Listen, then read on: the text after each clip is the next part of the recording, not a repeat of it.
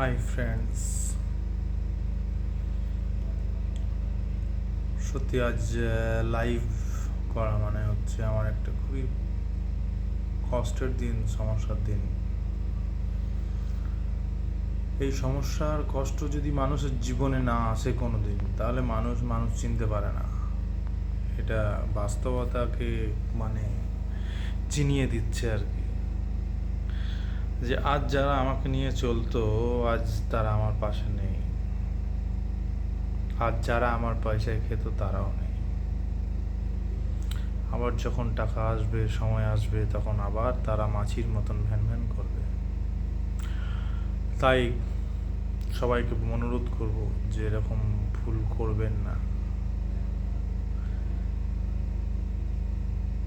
সব সময় নিজেকে বাঁচিয়ে মানে নিজেকে সুরক্ষিত করে সংযত হয়ে চলাটা মানুষের জীবনে খুবই দরকার। না নিজের, না পরের, না বন্ধু বান্ধব। সময় খারাপ থাকলে কেউই পাশে থাকে না।